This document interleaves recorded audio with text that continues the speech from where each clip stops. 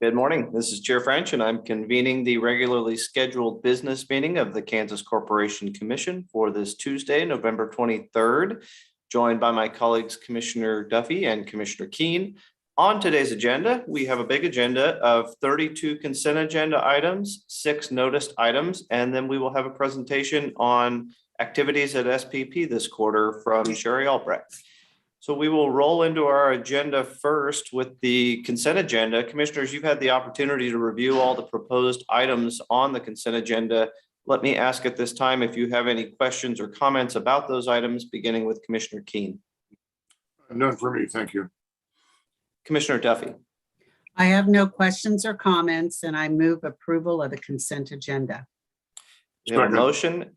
We have a motion and a second to approve the consent agenda. Is there any further discussion on that motion? Hearing none, those in favor of approving the consent agenda, please vote aye. Aye. Aye. Consent agenda is approved. We now move to our noticed items. Our first noticed item is in docket number 21 EKME 088 GIE, and this is a proposed order in that docket. Our presenter for this item is Mr. Brian Fedotin. Good morning, Brian. Good morning, commissioners. Thank you. On August 19th, staff of 2020, staff filed a petition to request the investigation into Evergy's standalone plan, which we'll commonly refer to as the STP. On August 27th, 2020, the commission issued an order opening a general investigation to provide staff, stakeholders, and Evergy an opportunity to collaborate and evaluate the STP.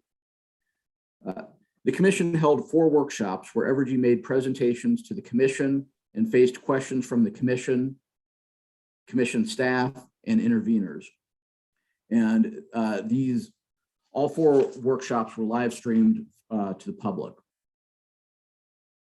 The commission received comments from staff, CURB, the Sierra Club, Climate and Energy Project, the Kansas Industrial Consumers Group, Grain Belt Express, and AARP of Kansas on their initial thoughts on the STP. Following that, the commission established a public comment period, which ran from May 6th to July 7th of this year. And the commission received 1,472 public comments on this matter. The commission clarifies in this order that it is not making any decisions on the merits of the programs within the STP or the prudence of the associated investments. Those decisions are best left for future rate cases. But the investigation was necessary to give the commission and stakeholders insight into the motivations and impacts of Evergy's STP. This proceeding did not create a sufficient evidentiary record to make granular determinations on the merits of the STP. As CURB suggests, it's appropriate for the commission to offer some general guidelines to Evergy before the next rate case. So while not making any predetermination on the merits of the STP or its costs, before seeing actual capital expenditure commitments, the commission does have some concerns with the STP in its present form. First, it's important for Evergy, as well as other Kansas utilities, to achieve and maintain regionally competitive retail rates. And it's unclear at this time whether the STP improves or worsens the trajectory of rates. The commission is also concerned with the new Evergy projections of future spending increases. Evergy's 2021 Investor Day presentation added an additional year to its 5-year spending projections and significantly increased the CapEx spending in 2025. Given Evergy's apparent plans for large future investments, additional transparency is warranted. Accordingly, this order directs Evergy to file with its next capital plan reporting filing an explanation of the projected increased spending levels and the impact of those spending levels on the trajectory of retail rates. Related to concerns over the STP costs, the commission remains concerned about about Elliott's role in encouraging and developing the STP. This commission has no intention of interfering with Evergy's investor relationships, nor does it intend to insert itself into the decisions by Evergy regarding its board structure or its managerial discretion. But given the continued influence of investor groups on Evergy's utility operations, the commission emphasizes decisions on what constitutes sufficient and efficient service should be driven by customer needs and the public interest. The commission adopts staff's recommendation that Evergy report its board and senior management level KPIs on a quarterly basis to the commission in the compliance docket, and annually provide a more comprehensive report tracking the granular execution level key performance indicators, which will allow the commission to evaluate whether Evergy is executing the STP successfully and making progress towards regionally competitive rates and reliable service. This order also closes the docket because the investigation has supplied the information the commission needs at this time. With that, I'm available for questions. Thank you, Brian. Let me turn to my fellow commissioners at this time to see if there are any questions or comments for Mr. Fedotin, and I will begin with Commissioner Keane. Thank you, Mr. Chairman. A few comments, if I might. Kind of bootstrapping my comments onto those by Mr. Fedotin. I think, Brian, you provided a really good overview of the history of how we got to this point and what's occurred. To me, this order obviously represents the culmination of 4 workshops presented by Evergy, and they subjected themselves to cross-examination by interveners and by the commission. It also is the culmination of various filings, rather extensive filings, as Mr. Fedotin alluded to, from the public as well, but by several interveners. This was primarily an information collection, public education, and evaluation process. That's how I view it. That was, I think, one of the primary undertakings here is to educate ourselves about what the tensions are with regard to STP. This was not an evidentiary hearing. We did collect evidence, to be sure, but it wasn't an evidentiary hearing in the sense that we would have an order to some effect different than the way than the order that we had before us this morning. Many issues that were raised during this docket, and as I think Mr. Fedotin alluded to, are going to await further consideration. Many of them in the next rate proceeding, which in all likelihood will occur in 2023. So beyond the additional filing requirements and informational requirements we're asking of Evergy through this order, importantly, this was really, I think, a window, if you will, for us to assess the current strategic planning directions of Evergy, and gain some insight into their perspective on several issues, including an analysis of future anticipated capital expenditures and the potential impact that those actions and expenditures may have on ratepayers. I'll simply summarize my observations by, I want to thank Evergy for the information it's provided in conjunction with this particular docket. I think the informational content was quite high. I want to thank the interveners as well for all of the different perspectives that they've added to this docket. I think it was an important process, and I'm glad it was undertaken. Thank you. Thank you, Commissioner Keane. Commissioner Duffy, any questions or comments? I do subscribe to what my fellow commissioner has said. However, he says he appreciates the information that we received. We had no choice but to open a docket into the investigation of this matter.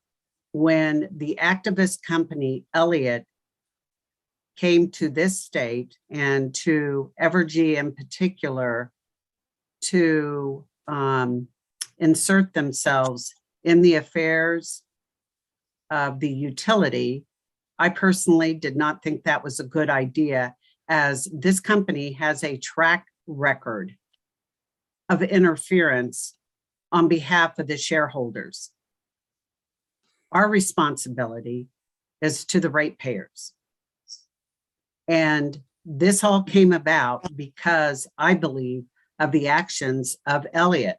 And frankly, we're not the only ones that opened up an investigation into Elliott's activities. And even as late as yesterday, there has been a call for another review of Elliott's activities in utilities industries.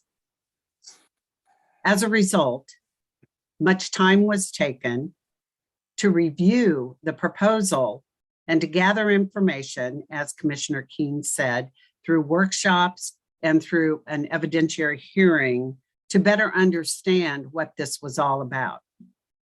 Let's be very clear. Our role here is not to benefit the shareholder. Our role here is to protect the ratepayer from unnecessary costs and burdensome rate increases. And there were significant amounts of proposals for new building that would enhance the coffers of the shareholder, not the ratepayer. Also, the volume of public comment was high. I think folks are saying enough is enough is enough. And this is just one more layer that has been compounded upon them. Just to be sure, as a regulated utility, Evergy's customers and the public interest of Kansas should always be first.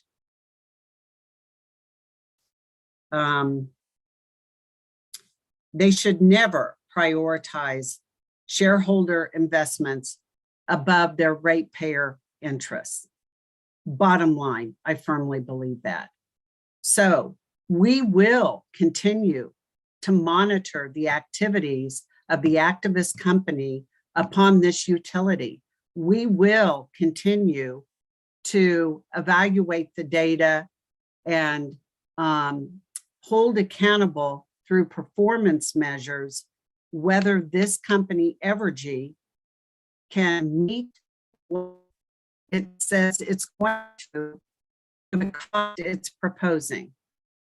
Further, I would like to say one more thing. In the hearing, they did talk about inflation, and the company was proud that their proposal was at or below the inflation rate. You compound that over a 4-year time period, though, and it's rather significant. This is a year ago, year and a half ago. Let's roll the months. If you look at today, I surely hope that interest rates are not the barometer for which this company will evaluate its proposals.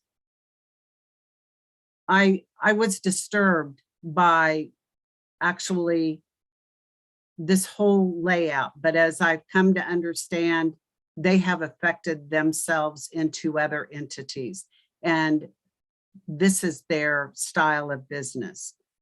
I do want the ratepayers, the customers of Evergy to know that this commission will continue to be vigilant in reviewing, monitoring, and affecting the decisions that have been brought about by this STP plan. Thank you. With that, I will move approval of this order. Second. We have a motion and a second to approve the described order in this docket. Is there any further discussion on that motion?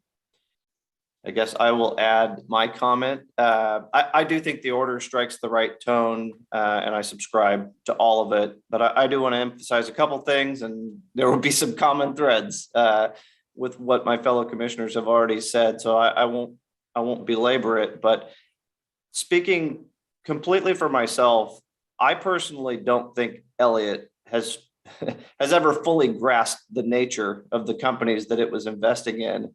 when it first started entering the arena of public utilities. Yes, these are private companies with duties to their investors, but Evergy and other public utilities are also public utilities that have been entrusted with an exclusive service territory in our state.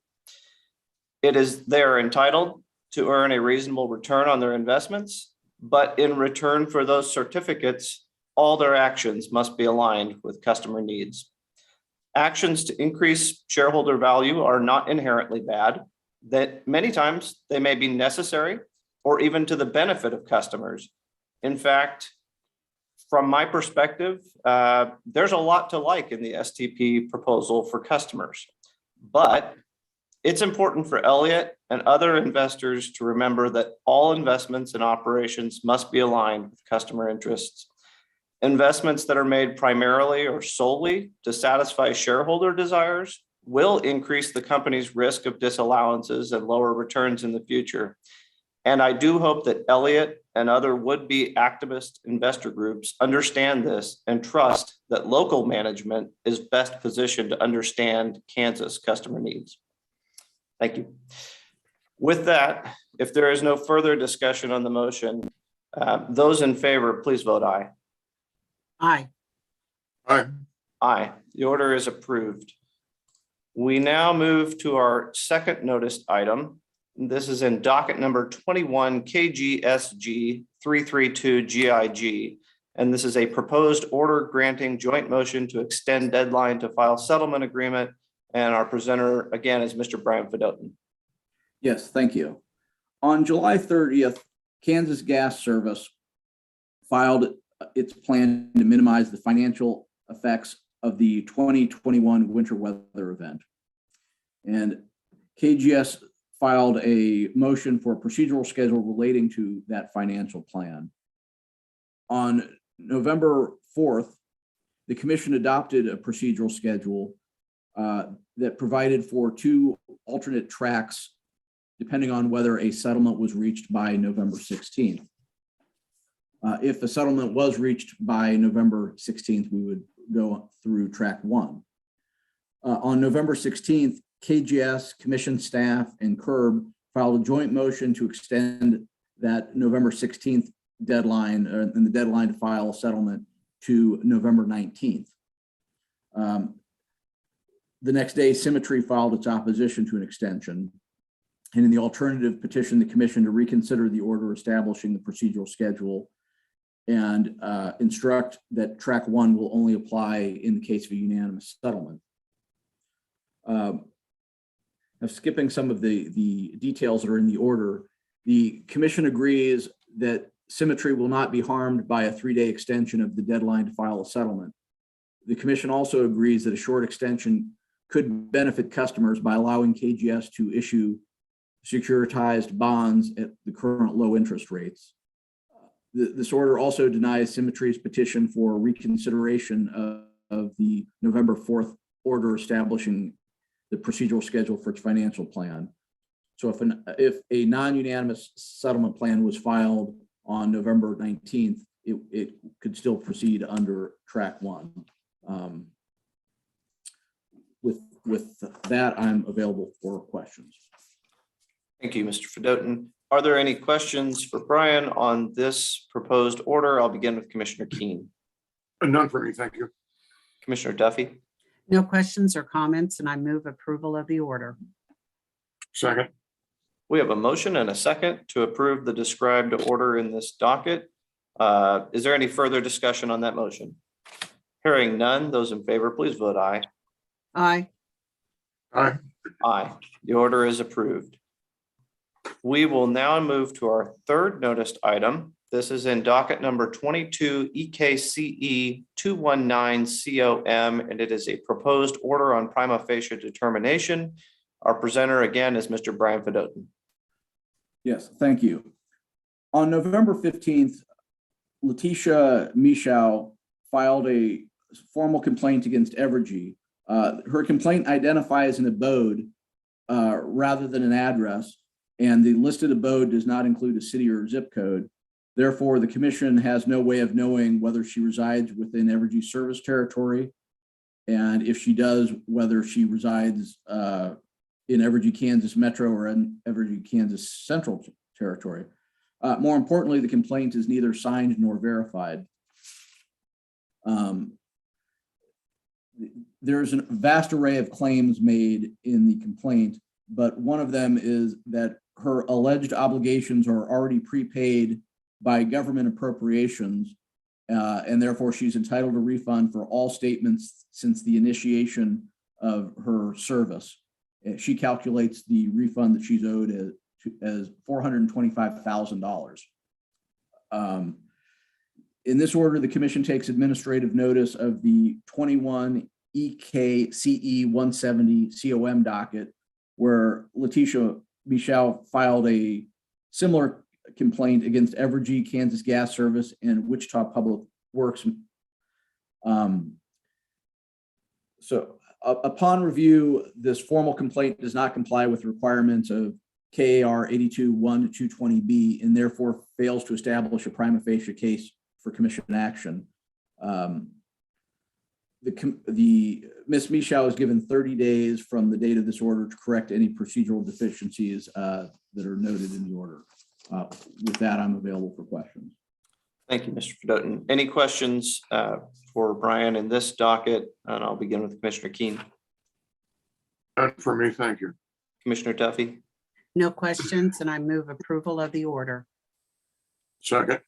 A motion and a second to approve the described order in this docket. Is there any further discussion on that motion? Hearing none, those in favor, please vote aye. Aye. Aye, the order is approved. And now for a final time, we turn back to Mr. Fedotin for our fourth noticed item in docket number 22 KGSG 220 COM and another order on prima facie determination. Yes, thank you. And this order, this docket is also a complaint filed by Ms. Mishaw, who was I just discussed. This one is against Kansas Gas rather than Evergy. And this one, she seeks $325,000 rather than $425,000. But otherwise, the factual background is the same as the order I just presented, and the conclusions are the same, that she does not state a prima facie case and that she be given 30 days to have the opportunity to correct any deficiencies. With that, I'm available for questions. Any questions for Mr. Fedotin on this item, beginning again with Commissioner Keane? None for me, thank you. Commissioner Duffy. No questions. I move approval of the order. Second. We have a motion and a second to approve the described order in this docket. Is there any further discussion on that motion? Hearing none, those in favor, please vote aye. Aye. Aye. Aye, the order is approved. Thank you, Brian. We now move to our fifth noticed item. This is in docket number 22 CONS 3202 CPEN, and this is a proposed shut-in order for Pollock Energy LLC. And our presenter for this item is Mr. Tristan Kimbrell. Thank you. Before you is a penalty order for Pollock Energy LLC, which continued to perform oil and gas activities after being suspended for non-compliance with the Commission's order in docket 20-CONS-3286-CPEN. Operator's license was also revoked by the Commission in docket 22-CONS-3018-CMSC. While operator's license was suspended, public records indicate that it unlawfully produced more than 34,000 MCF of natural gas and 2,300 barrels of oil. This order assesses a $50,000 penalty and directs Commission staff to seal all oil and gas operations of the operator. With that, I would recommend approval of the order, and I am available for any questions. Thank you, Tristan. Are there any questions for Tristan on this order? And I will begin with Commissioner Keane. Thank you, Mr. Chair. Good morning, Tristan. I have a couple of comments. I have a question, Tristan, as well. Here we have an Oklahoma-based operator conducting operations in Barber County. The initial violation that has given rise to this rather substantial penalty is, and the scenario and sequence followed, it's almost unbelievable. The initial violation was the failure to fill in a drilling pit. $100 fine and a request that that pit be filled in. Because of the location of these wells in Barber County, these drilling pits are not small. They are larger than Olympic-sized swimming pools. And this one is a pretty substantial pit, with no doubt. But it's just mind-boggling to me to have an operator who, in the face of a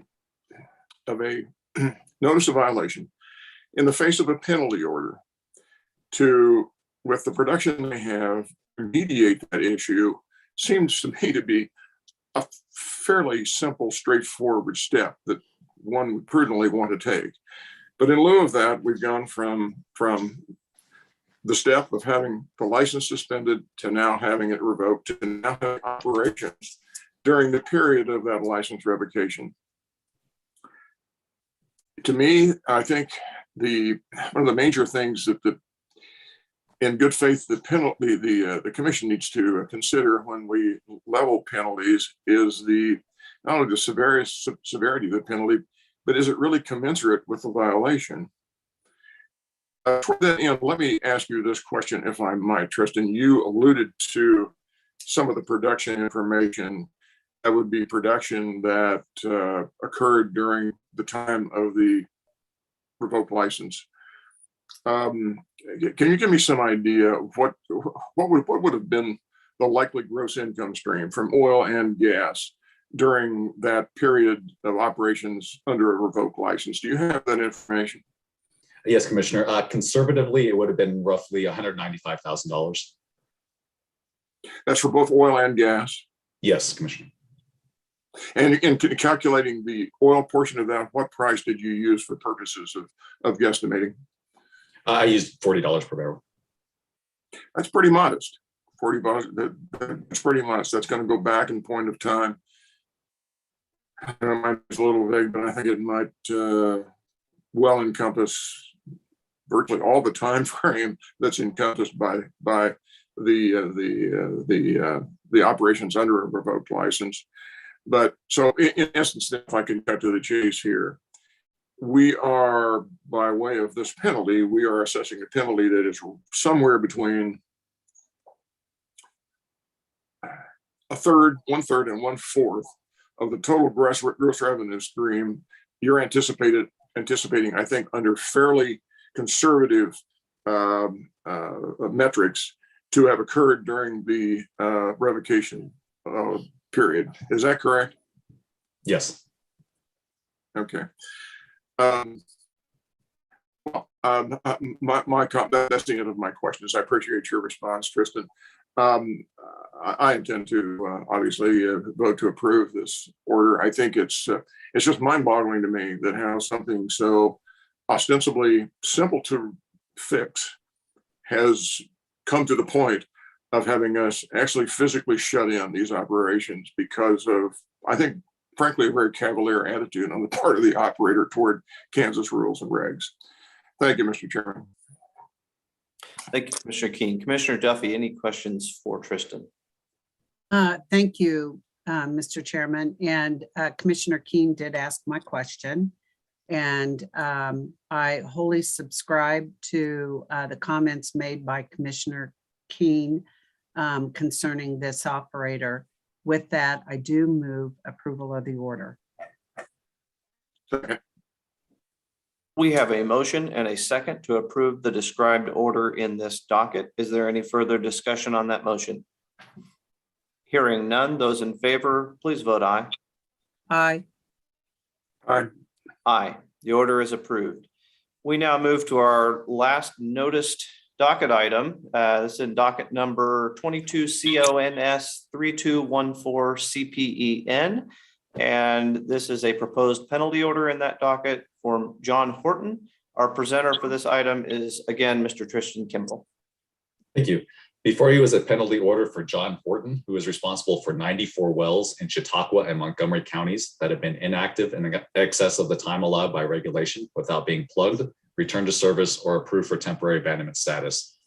This order assesses a $100 penalty per well for a total of $9,400.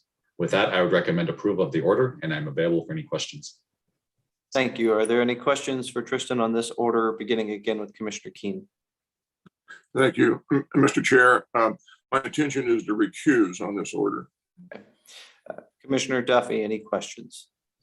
Yes, I do have a question. So the very small fine amount of $100, which has been in place since at least 1985, apparently is not having the economic deterrent effect that perhaps it did, 35, 36 years ago.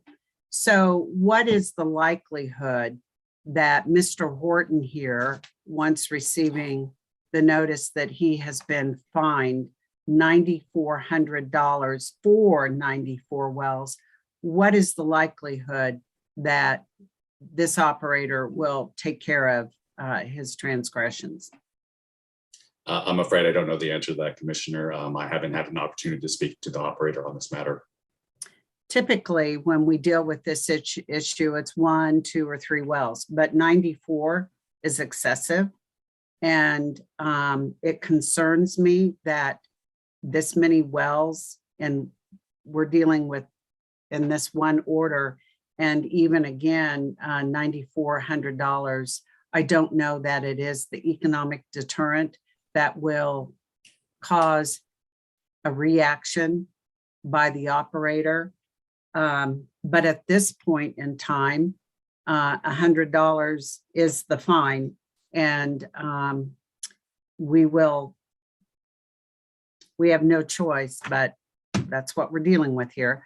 So I will move approval of the order. I will second that. Is perhaps before we move to a vote, could I ask you, Tristan, are there any plans or has staff made any outreach or intend to make any outreach to Mr. Horton to pursue some sort of compliance agreement to make sure that these wells get plugged? There certainly is an intent to reach out to the operator, yes. Okay, because I mean, ultimately, I've said this before, but ultimately, my interest is, the fine is what it is, but ultimately we want to see wells get plugged. And however that happens, that's what I want to encourage. So with that, I appreciate the answer to the question. I believe we do have a motion, and then I have seconded it, and Commissioner Keane is recusing. So I will call the motion at this time, and those in favor, please vote aye. Aye. Aye. The order is approved. Thank you, Tristan. Thank you. We have wrapped up our noticed docket items for today, but now we have a discussion item, a quarterly update on Southwest Power Pool activities. And our presenter for this item is the SPP Work Group Consultant for the KCC, Ms. Sherry Feist-Albrecht. Good morning, Sherry. Good morning. All right, I'll share my screen here.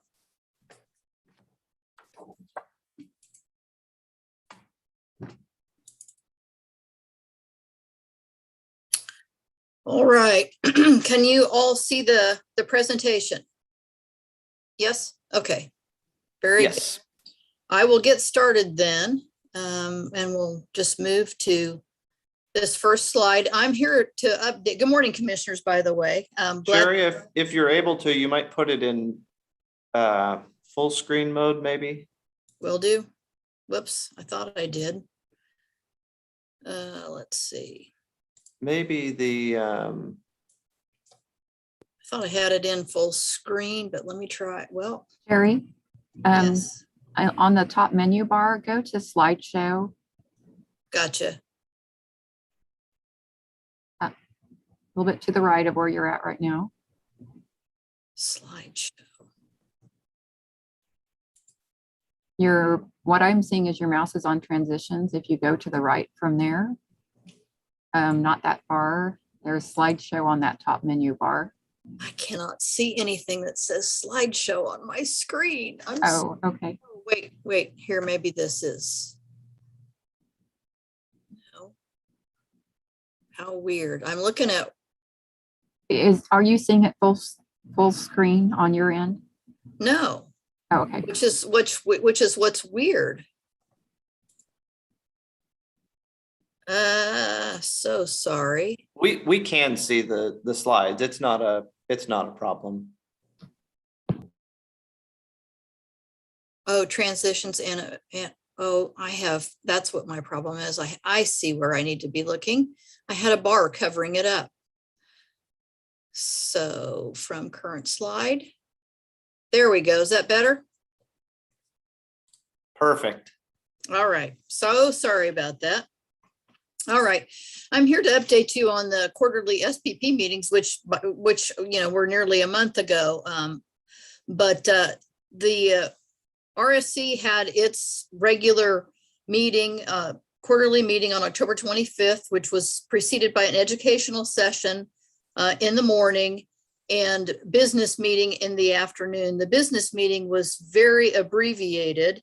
There was also a joint stakeholder meeting in the afternoon, and that joint stakeholder meeting is one where the RSC meets in conjunction with the SPP Board of Directors and Members Committee, and those presentations from SPP staff that are pertinent to both groups are addressed or presented during that joint stakeholder meeting for purposes of time and efficiency. And then the SPP Board of Directors Committee's meeting met on October 26th. So, wait, I went too far.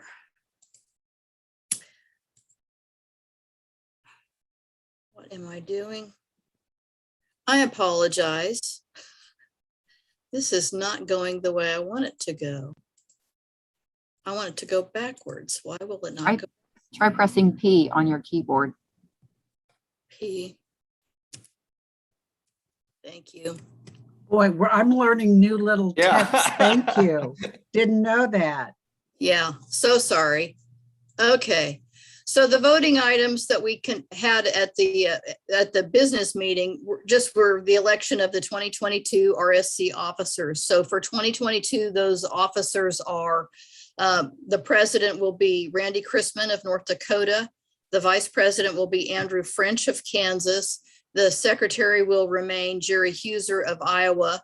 Our outgoing president is Christy Fegan from South Dakota. And so those were the elections.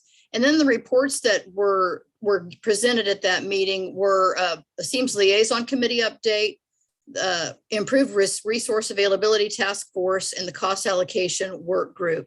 And I'll get into details about those, but it was a very brief meeting that afternoon.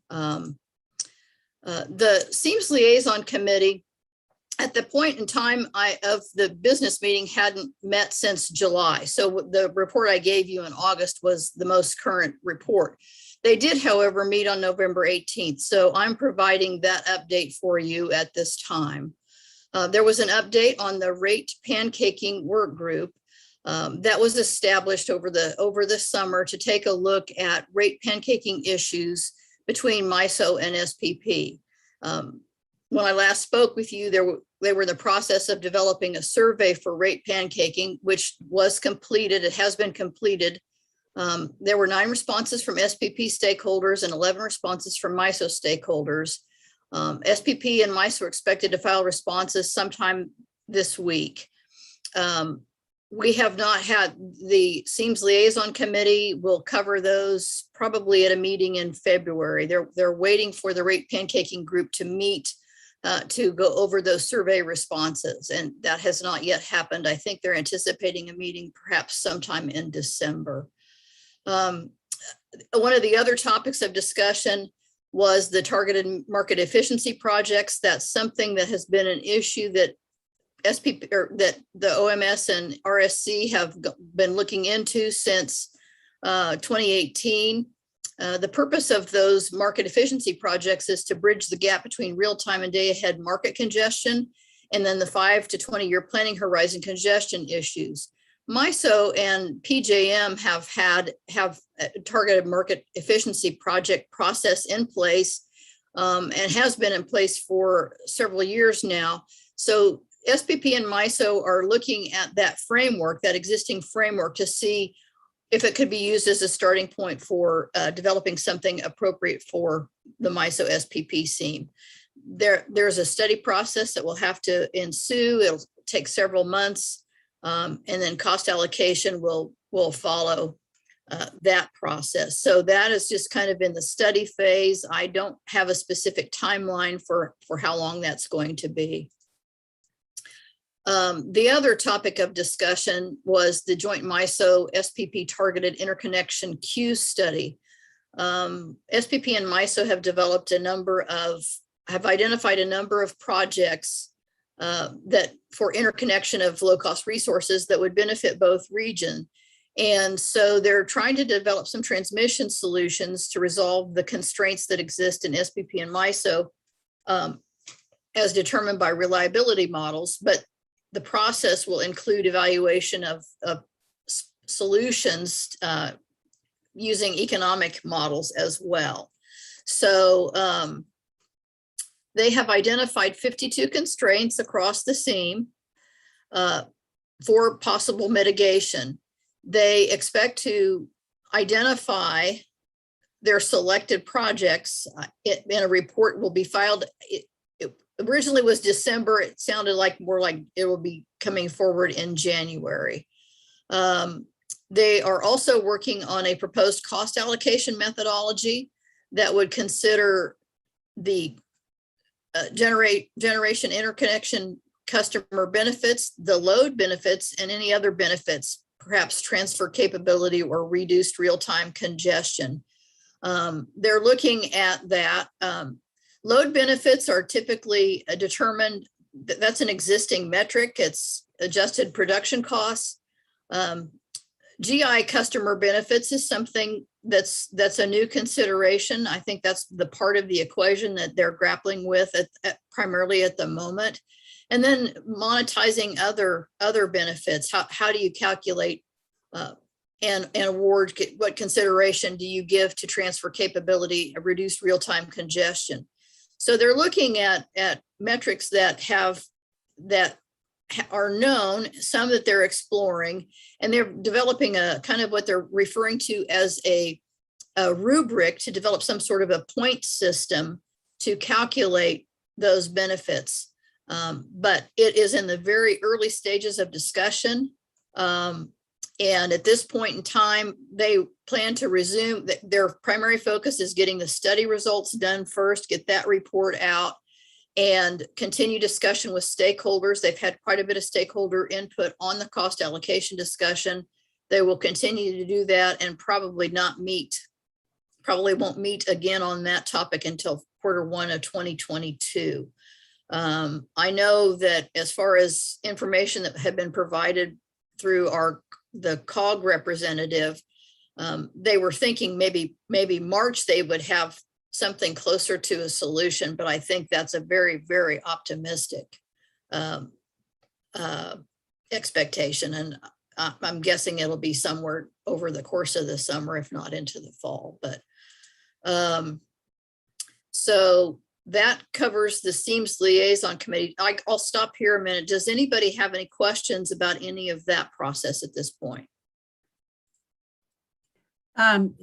There is, though, you have a sense with this group that's working on the targeted interconnection that there is a real positivity in that group versus what's gone on before. Yes, I do sense that there is a lot of, it does feel a lot more optimistic than it has in the past. In terms of there's still a ways to go. I think there are some things that'll have to be changed. You know, they do have a joint operating agreement that exists, and I don't know whether this will have an impact on that at some point. But the study process has gone well. Even though there are slightly different benefit metrics from Myso to SPP, I think they're trying to work out the point system will help to address some of those concerns. And they do have their eyes kind of on what they're referring to as an optimized project, which addresses a number of seam. So there are a number of projects along either the Iowa-Nebraska seam or in the Kansas City area or in the Dakotas, Montana area. So they're trying to find ways to identify these projects that, you know, any one of them individually may not be cost beneficial, but if you take them as a whole in this optimized solution, it might bear fruit. And so, yes, it's been very optimistic in my view. Yeah, my comment is, I think in the 10 years I was gone, I believe the SPP has grown so much that it has formed its own kind of bureaucracy. And it's not nimble like it used to be. And I think sometimes perhaps we get railroaded by our own or our inactivity is partly a result of how big SPP has grown, and it has difficulty filtering through all the layers. But I am encouraged to hear that you feel like some progress can be made.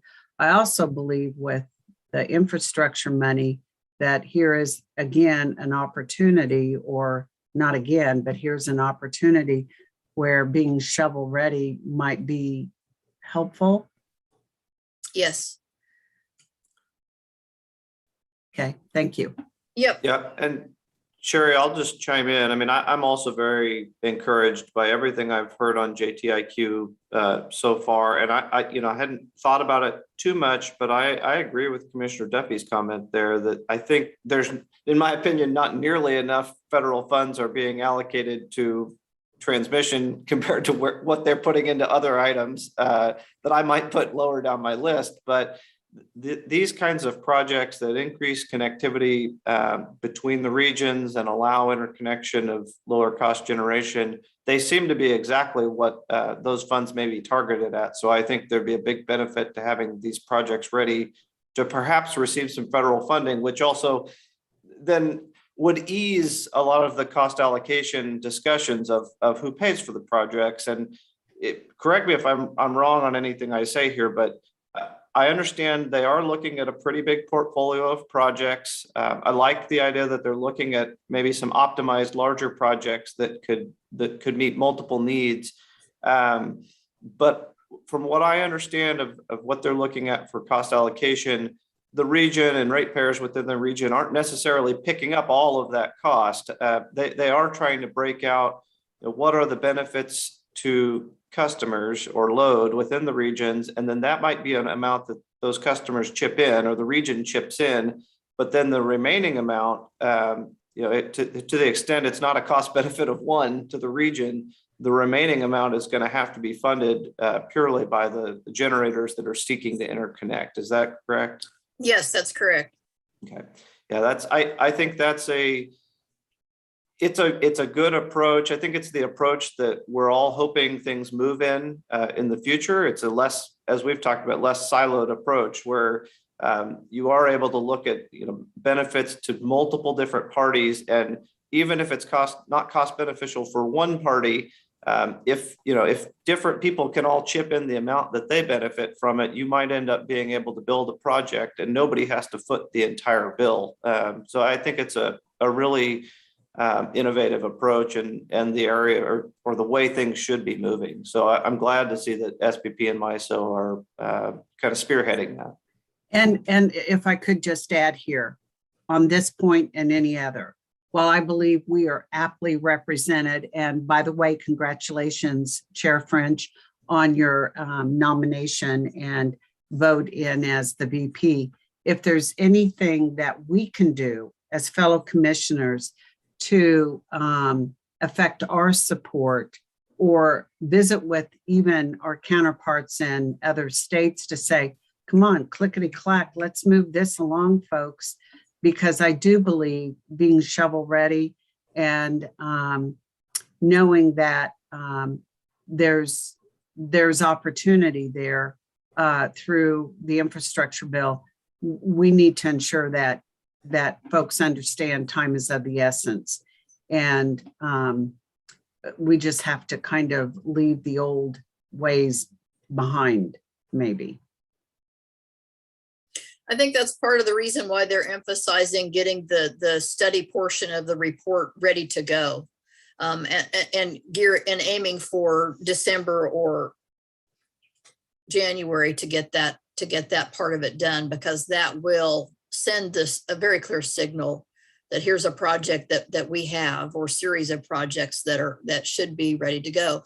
And cost allocation, if there are those funds available to whatever extent, that might aid the cost allocation process, because not only will that cost allocation have to be, SPP and Myso are working together on that methodology, as well as stakeholders from each of those regions, but they will have the cost allocation methodology will have to come back through COG and RSC for approval too, which is part of that bureaucracy that you're talking about.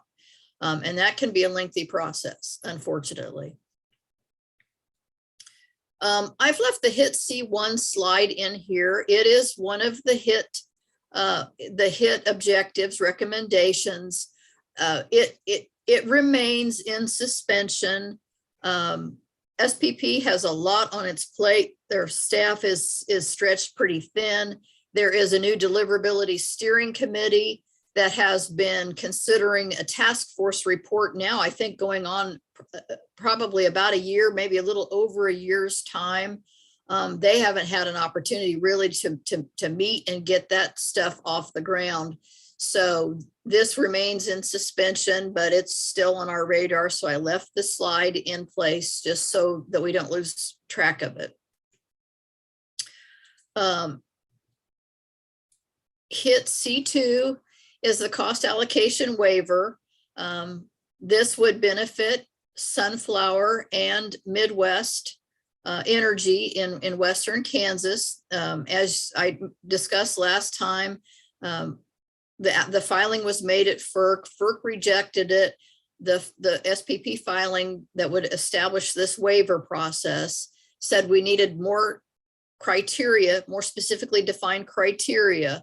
And so COG has developed 3 criteria to define eligibility. One of them has to do with capacity, one has to do with flow, and one has to do with benefits. And unfortunately, now with my full screen, I'm not seeing the notes I have. In the presentation I sent you, you should be able to see in the notes portion the specific criteria listed there. But what happened was we've been discussing this at COG for the last 3 months. We did take a straw poll at our last meeting in early November. In the straw poll, there are 7 COG members who are supportive of the criteria that we have established or proposed. And there was 1 no vote and there were 3 abstentions. So with that straw poll, SPP is developing or has developed a revision request that's been given a number RR483, which would place this waiver criteria and the procedure for granting or considering a waiver in SPP's tariff. The expectation is that COG will meet in December. We'll have a vote on this in December so that we can present this to RSC and for a vote in January and get that new language filed at FERC thereafter. To just put it in context, the waiver with the criteria that we've developed, about 40 projects would be eligible for the waiver. And those 40 projects would be probably the remaining, what would be waived was the remaining transmission revenue requirement for those projects. And that amounts to $14 million when you consider the capacity criteria alone. If you consider on top of that, the flow criteria, that would drop that remaining revenue requirement to $12 million. Now, when you think about the total revenue requirement for SPP, at 14 million, that's about 3% of the revenue requirement. And all three of these criteria would be required to be met for the waiver to go through. And the waiver would go through a process. It would go before RSC, it'd go through before the board of directors, and everybody gets notified of these requests early on in the process. So, and we've developed some relatively tight timelines for comments. I think they're fair, they're reasonable, but we've tried to keep things moving so that the vote we won't have to delay the voting process on these sorts of things. So like I said, we expect to formally vote on that at COG with the revision request language, and then RSC will take it on in January. Sherry, is it a fair summary to say in looking at the projects that might be eligible for this waiver, it would be substantial and meaningful to a utility like Sunflower to get these allocated regionally, but for the region, it would not be, it probably wouldn't move the needle much as far as, what would be spread to other customers. That's correct. Yeah. Okay. Thank you. And in terms of some of the ratios for some of the unaffiliated load that exists in the zones, in several instances exceeds 200 or 300%.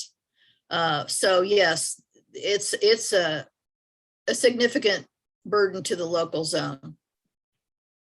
All right, so next slide. Hit C4, storage as a transmission only asset. There is a revision request that has been now developed to incorporate COG's recommendations for changes to the SPP tariff. And we did take a look at the revision request in our November meeting, and we expect to take a vote on the final language at the December meeting. It also is going through the other stakeholder working group process, and not all of it. I mean, market working group has some language in there in the tariff proposed RR as well. So it's not just COG's work that's being reflected in this revision request. So it's undergoing some additional comment and refining, but we expect to see it back in December for a vote. The winter weather event report was approved by the SPP Board of Directors and Members Committee in July. And this is just a review of the Tier 1 recommendations for immediate action. We have a couple of fuel assurance recommendations to develop policies that enhance fuel assurance to improve availability and reliability of generation. Then the assessment, evaluate, and as applicable, advocate for improvements in gas industry policies, including use of gas price cap mechanisms needed to assure gas supply is readily and affordably available during extreme events. And then we have a couple of resource planning and availability initiatives as well. The assessment of minimum reliability attributes needed, and then a policy issue is to develop those policies which include required performance of seasonal resource adequacy accreditation, minimum reliability attribute requirements, market-based incentives, etc. So we have met. The first couple of meetings that we've had were basically to take a look at the initiatives and the sub-initiatives, to look at the overall goals, and then to develop initiatives and scopes out those initiatives. And so that's been done. We've refined all those, and then this most recent meeting we had was last Wednesday with a panel of gas industry experts to provide some background information for the knowledge of IRATF on how the gas industry works. And we heard from several entities. I'll get to the next slide, but just so you know how the task force is intended to work. We're going to be reporting to the SPP Board of Directors and the RSC. And we'll be directing the staff on initiative scope development, analysis, and design. So we've refined the scopes. SPP staff is currently working on analyzing the tier 1 initiatives and sub-initiatives. And analysis and design can work concurrently. They can work separately.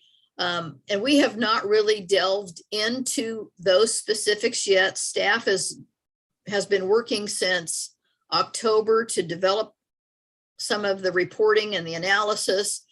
I have not yet seen an agenda for the December 15th meeting, but I anticipate we'll probably start talking a little bit more about those issues at that meeting. And now with the issuance of the FERC-NERC report of the winter weather events, I imagine that some of that will be discussed at that meeting as well. And in the process of meeting, we have several members who are from the operating reliability or supply adequacy market and cost allocation working groups on IRATF.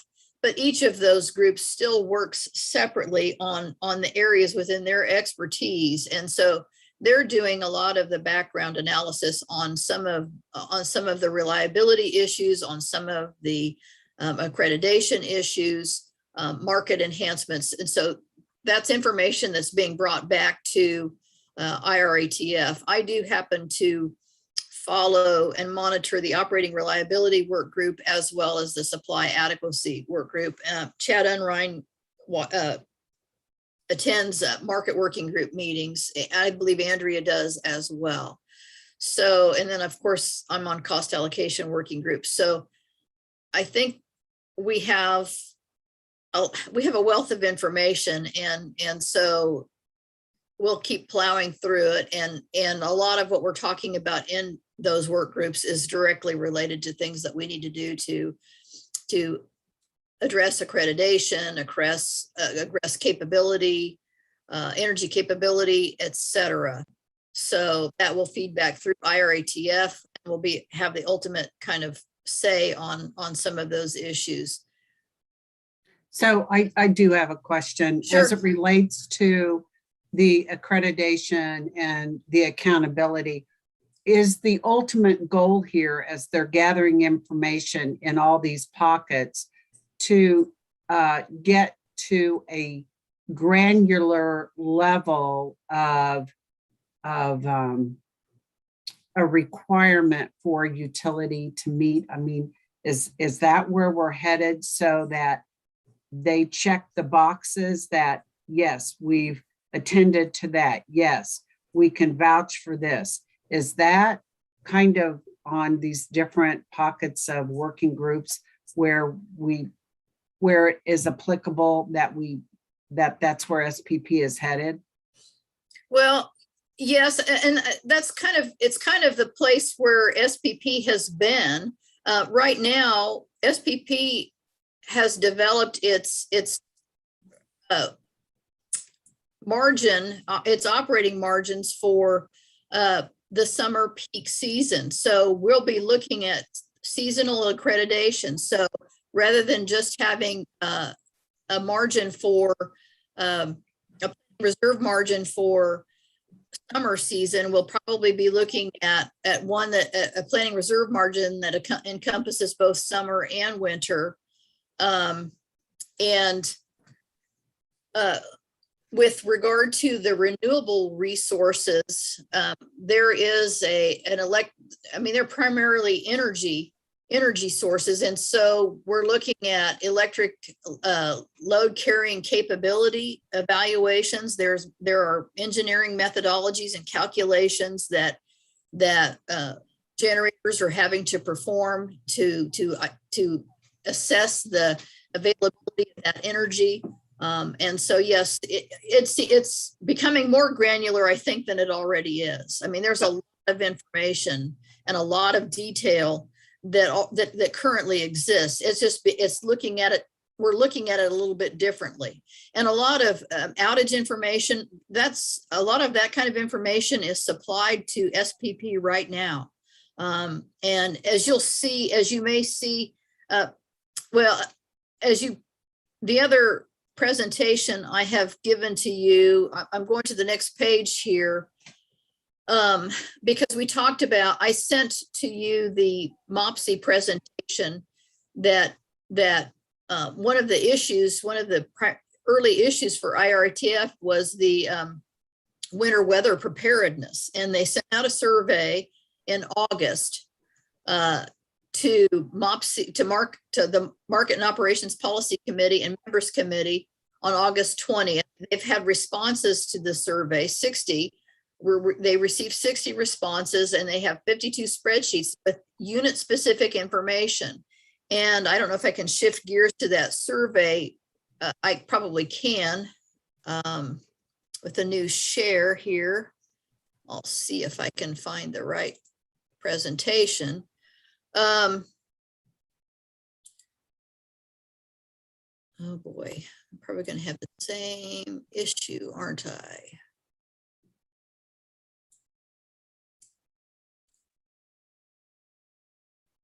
Trying to figure out how to get this to full screen again.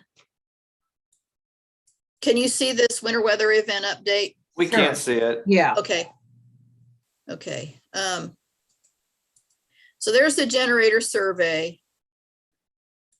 And here's some of the information that was collected, and you'll see some of this information. This is primarily looking at accredited capacity, weatherization efforts, etc.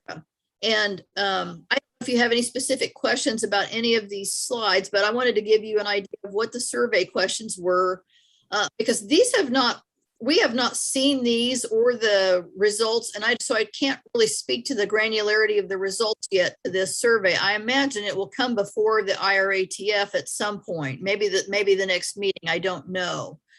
But I wanted to give you a sense of what those survey questions were and what the responses look like. Okay. They've elected to do these in aggregate form, so I can't tell you anything more than what's on these slides in terms of, what that means for Kansas utilities. But, so I'll just scroll through these quickly. Substations, they're working. I mean, there's winterization efforts there. There's fuel supply, issues about fuel supply. And, this one was sort of surprising to me about how closely, I guess I was sort of surprised that the no's were as numerous as they were. And there's a federal environmental regulation exemptions apparently available for some of those emergency situations, and most of them are able to avail themselves of those without any particular waiver. And then there are market resource information and communication.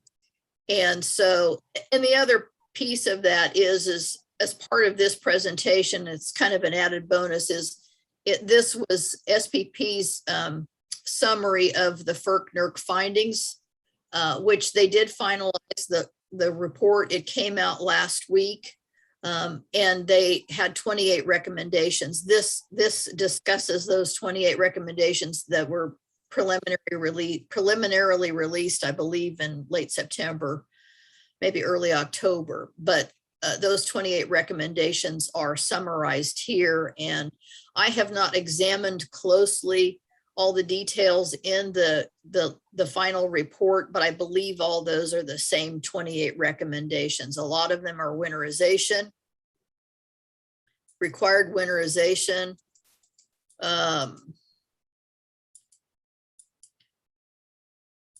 So let's see.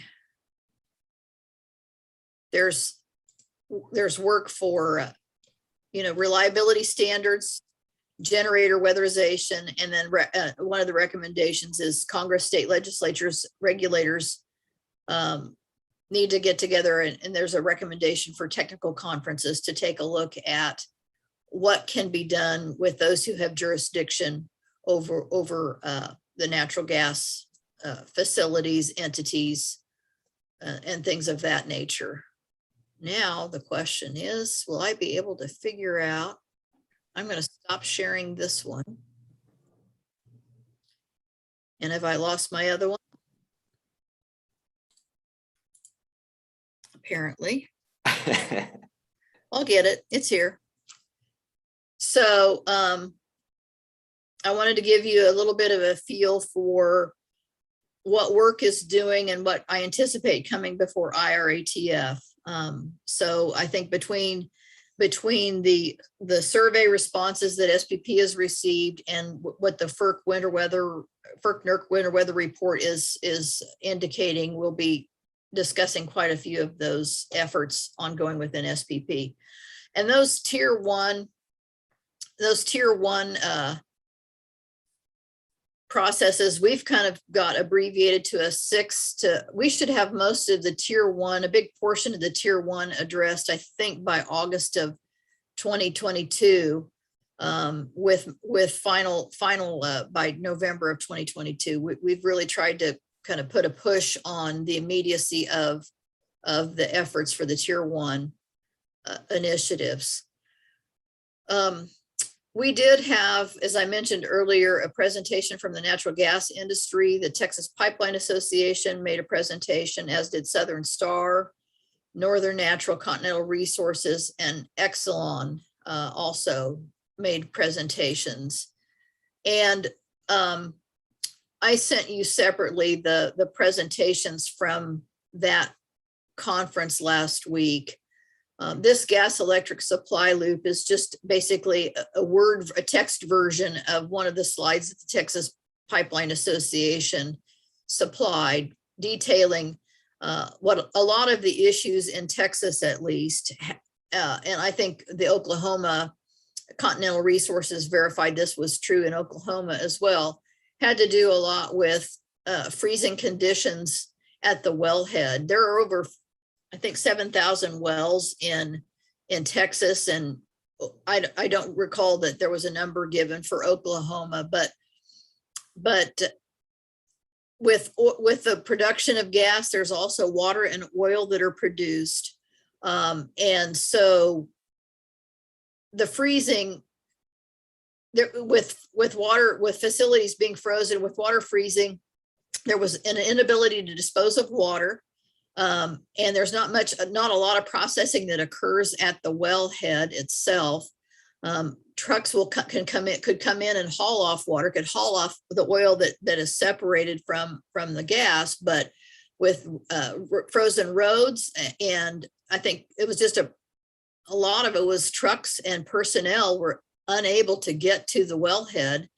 So there was, I think, quite a bit of shut in. And if there weren't problems, if wells were able to produce, you had to get things gathered. You had to move it from the production, from the well to the treating and processing facilities, which in Texas, I know was a big problem.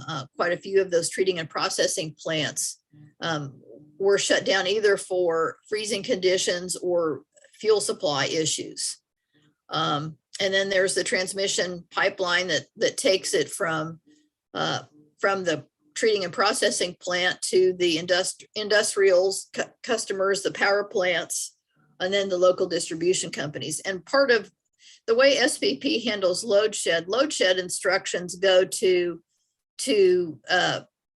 on the gas side of things, primarily to the local distribution companies and the electric utilities. And so then it's up to them to determine, have to have load shed plans in place, to have critical infrastructure identified, et cetera, et cetera, et cetera. And I know there are rulemakings in place ongoing in Texas to address and identify critical infrastructure. I think some of the visibility into the lower levels, like treating and processing plants, they might have been largely unregulated. There was not a lot of visibility into some of those entities, et cetera. So they're working to develop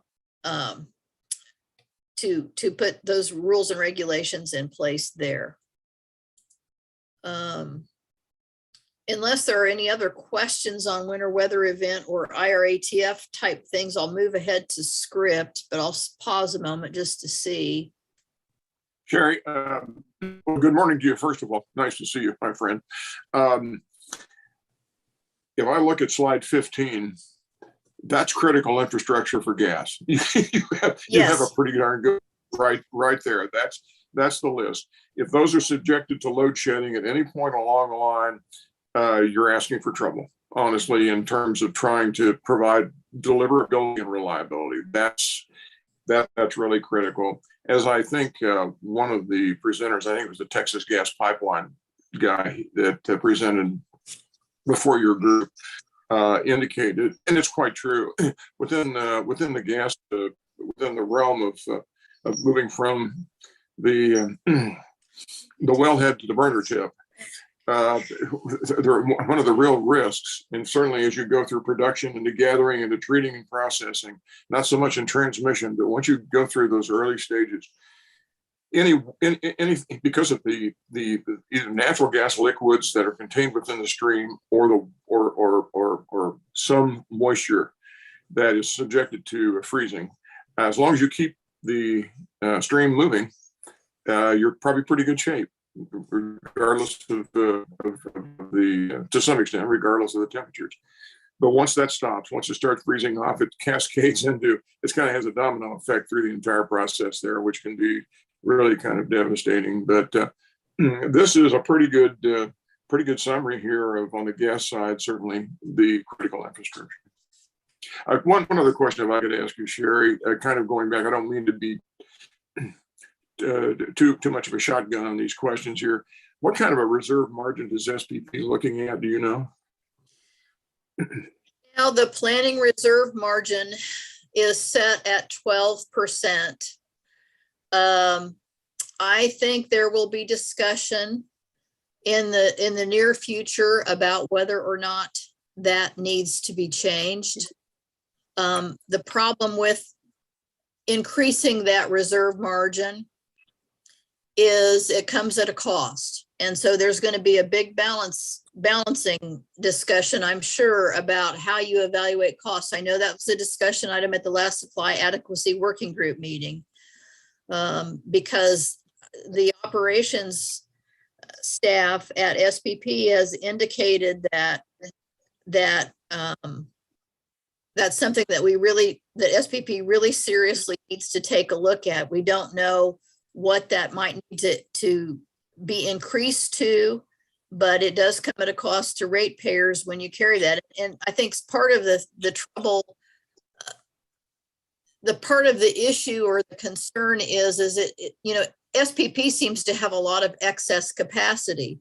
Well, it may have a lot of excess capacity, but it's got to be reliable. It's got to show up when it needs to show up. So they're taking a look at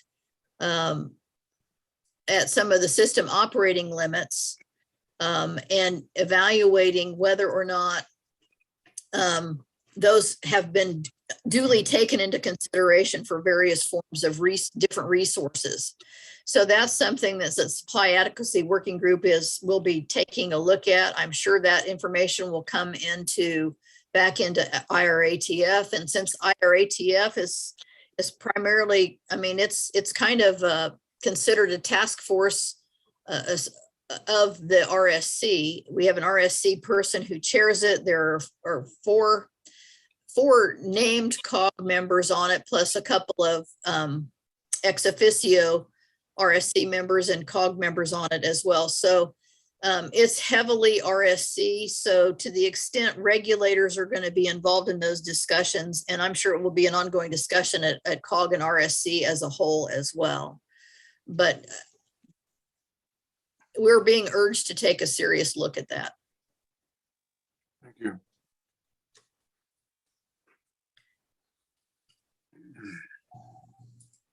Script has completed its work And Sherry, we are not, or at least I'm not seeing your slides anymore. I don't Oh, know really? if others are. Rats. Okay, let me see if I can get my screen smaller so I can figure out. I see them just fine. Okay. Let me see if I can figure out what's happened here.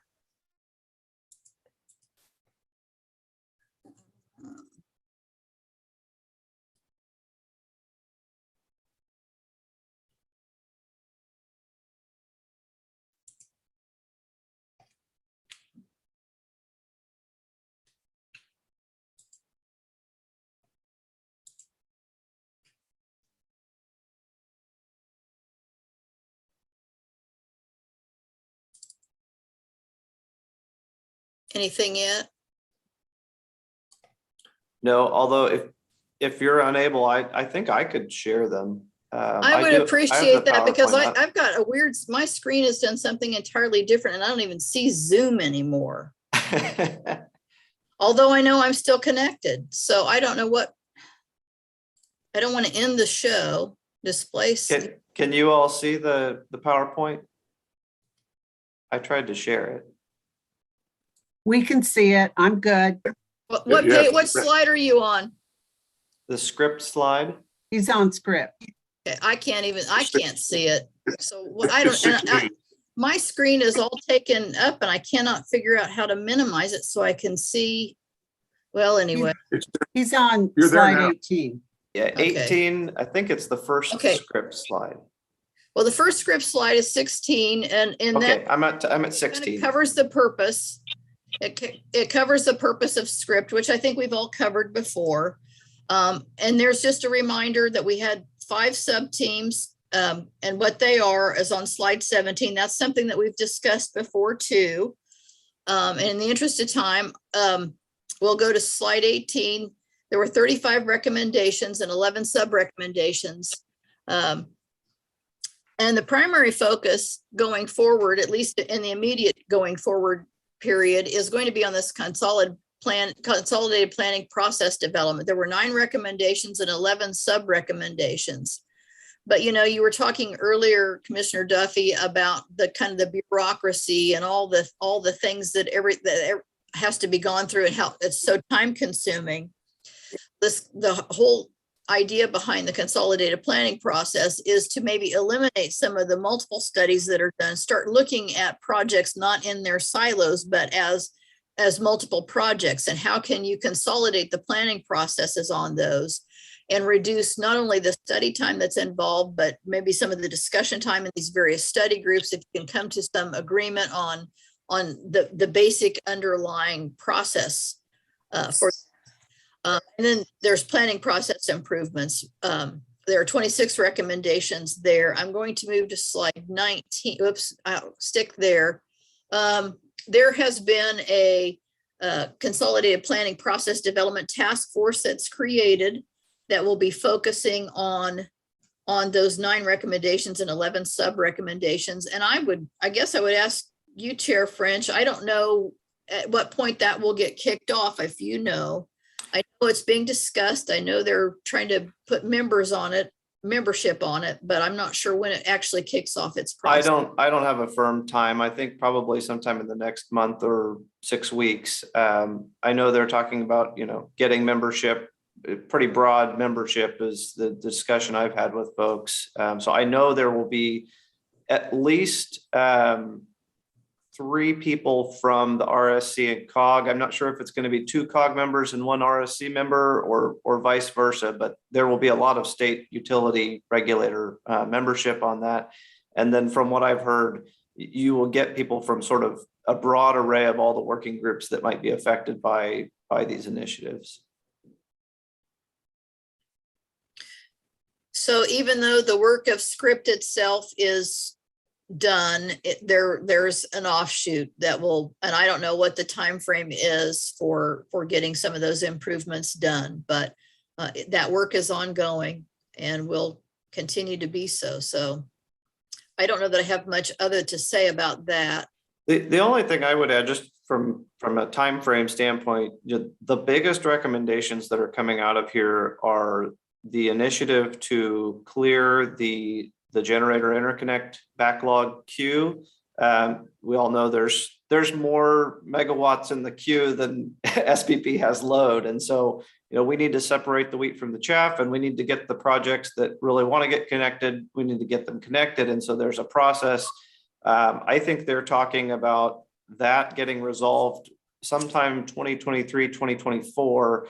And then that allows them to start, they can't consolidate all the planning processes until they clear that generator interconnect backlog. So they're talking sometime in 2024 to get all of the planning processes consolidated into a more singular, holistic process. And, the only thing I would maybe add on that, that I've found interesting in some of the presentations, I don't have the slide in front of me that I've heard from Lanny Nickel at SPP, but they have tried to quantify the administrative monetary benefit of consolidating these processes and making it a more streamlined planning process. And there is some cost to achieve over the next few years of developing a consolidated planning process and figuring out what goes and what stays. But then in the out years, they are projecting, millions of dollars of annual savings by streamlining their planning processes. And so I think for the first few years, it's extra cost. But then once you get to maybe year 3 or 4 or 5 and beyond, you start getting cumulative benefit and reduced cost every year from the more streamlined planning process. And I think that's an interesting thing to note. And that's just purely administrative, overhead type of cost. Their staff costs for having more streamlined process. That is not necessarily taking into account the fact that the ultimate reason they're trying to go down this path is that they're going to develop more optimized, cost-effective transmission solutions. And so those benefits would also, perhaps be much larger, but there is expected to be some reduction in SPP's administrative cost associated with this initiative. That's encouraging to hear, because I feel like there's a lot of machination that it's kind of getting sucked into the black hole. And if we could become more straightforward, and I think it would be helpful. But again, when you say 2 or 3 years out, it's kind of like, okay. Yeah. Well, Nothing and I this know big that- happens quickly. Yeah. I know. Yeah. Well, and then I think that the GI mitigation request has been filed at FERC. I forget what effective date they asked, but that revision request has been filed. So hopefully there will be a decision on that soon. FERC Order 22 is on slide 19. This is a repeat slide that just kind of gives the history. I think we can skip past it.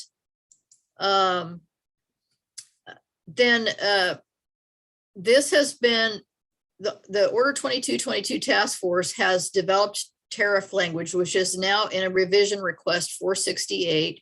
It's undergoing the stakeholder comment and review process. It's been had pretty rigorous review and comment. Lots of broad interest groups there addressing questions. This is intended to just be a compliance filing to meet the minimum required by Order 2222. The hope is that the 2222 task force will actually vote on the final revision request language at the December meeting. And then on slide 21, they also, while they've been looking at this language, there have been lots of little things that they've noticed about existing tariff language and some things that could be done to streamline. They aren't required by the 2222 order, but they would improve some of the processes. And there's one of those is a registration or a deregistration component, because if currently with the aggregations, they can consist of multiple resources, and if they're registered in the market as a group. So if you have a need to pull one out, there should be a deregistration process. And I think they've probably written that in for the sake of Order 2222 compliance, but the concept of deregistration might have value for other purposes. So there are a number of demand response issues that go above and beyond 2222 that they have discovered. There's an issue of what credit policy should exist for distributed energy resource aggregators. There's nothing required in Order 2222. I don't even know that it addresses it, but there may be a credit practice that needs to be developed for them. So those are some potential Section 205 filings that they're taking a look at addressing. And then if we go to the next slide, which is 2022, we'll get to the end of this presentation, hopefully. This is just a summation of all of the votes that were taken, matters that were approved at the SPP Board of Directors meeting. We've covered a lot of these already. The IRTF Tier 1 schedule is we had been directed to develop a timeline, especially for those Tier 1 provisions and how soon we were going to get to them. That was done. It was presented. They approved it. In terms of Order 1000 projects, NextEra Energy Resources is the designated transmission owner for the Wolf Creek to Blackberry 345 kV transmission line. The board approved that and directed SPP to issue a notice to construct to NextEra. They also identified an alternate to that for that project, that Southwest Transmission LLC. And then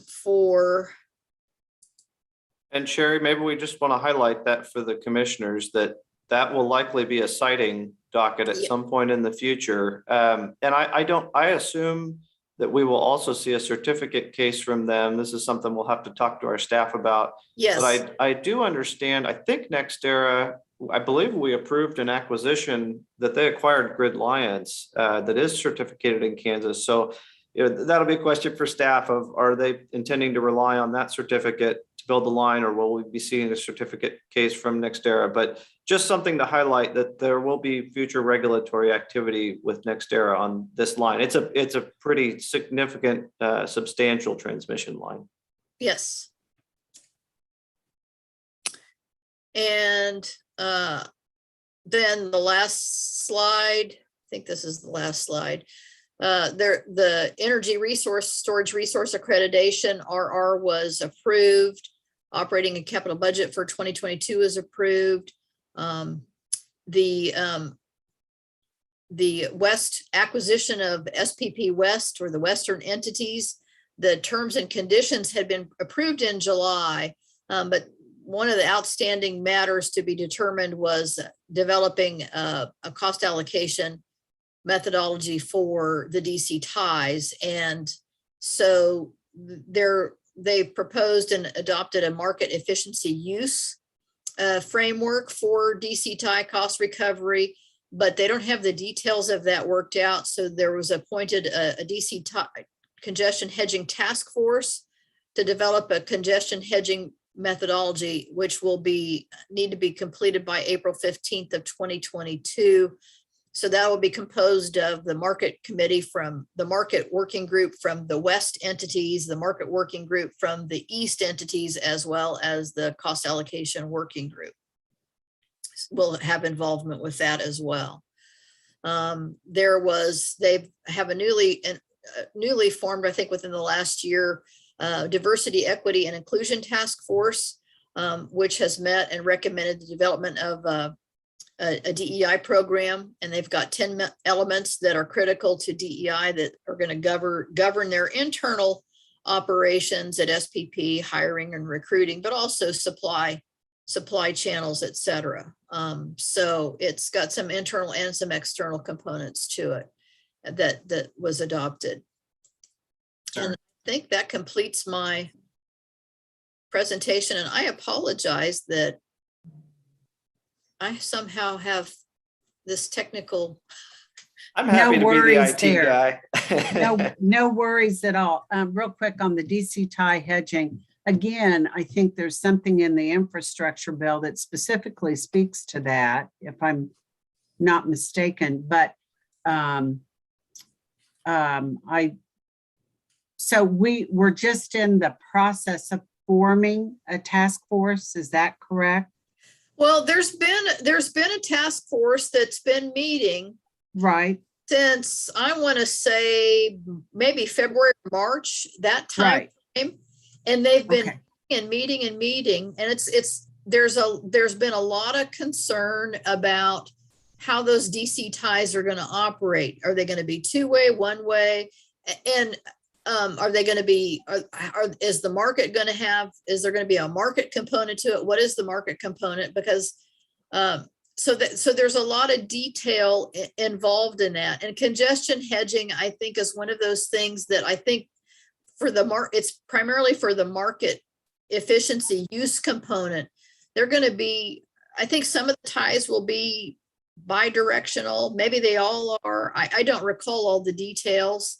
But the flows may differ going west to east versus east to west, and they're trying to figure out how to hedge that congestion when it occurs. So that piece of it, it's a short time frame. I mean, right, between now and April, they're going to have to, and so that's one component of the overall DC tie issue. okay, all right. So, Okay. yeah. Thank you. Sherry, I just want to say, these are so beneficial for me. They really are. And I appreciate the effort you take to send us the slides ahead of time and send us information in between. But this SPP is such an essential part of what goes on. And so I do believe, while you are in the thick of it, and so is Chair French, I think we have a responsibility, all of us, to have the best understanding we can of what's going on and how it affects us here in Kansas. Yeah, it really has it touches a lot of what the commission otherwise does. It's been sort of amazing to me. And it's complicated. It's not a simple thing. No, thank you very much for your expertise.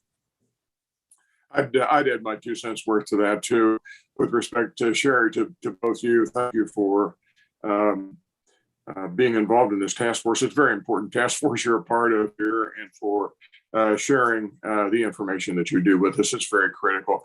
I'd also commend our Chair French too, as well, for all of the various outside activities that he's involved in. That seems to, I think, fill his calendar as I remember yours being filled previously, Sherry. But no, it's quite helpful that we have kind of a 1-2 punch with you two guys, backstopping a lot of things here for Kansas within this realm. It's very important.